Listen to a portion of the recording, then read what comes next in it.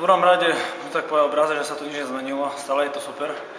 Do Slovana som sa veľmi tešil, tento klub je moja srdcovka a prišiel som tu zabojovať šancu hrať KHL a že sa mi to podarí, aj keď momentálne nehráme veľa štvrtého lajna, ale budem sa snažiť dokázať ten hra, že na to mám. Tréner ti dával osobne nejaké úlohy, alebo ako sa ty cítiš v nálade, čo si myslíš, že by malo byť tvojou úlohou v prvom rade? Tak ja mám hrať štýl stále, ten istý, čo som sa zdobil. Bojovnosť, agresívny štýl, ale aj hrať s pukom a verím, že dostanem príležitosť a ukázať, čo je vo mne a verím, že to pôjde. Pomohlo ti týchto pár sezón v Čechách? Vyhral si sa? Jasne, ako musím povedať, že v Čechách som sa vyhral a bol to dobrý krok pre mňa, dostal som sa na majstrov sveta a neľutujem.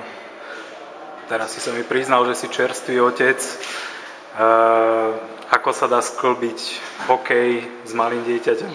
Tak je to ťažké, lebo určite manželke by trebalo teraz pomôcť, ale taký je hokejový život a niekto musí aj zarábať peňažky doma, takže manželka je teraz sama na dve dievčatka, ktoré máme, ale ona je šikovná, pomôže rodičia moji jej, takže sú rodenci, takže myslím si, že to bude dobré a zvládneme to.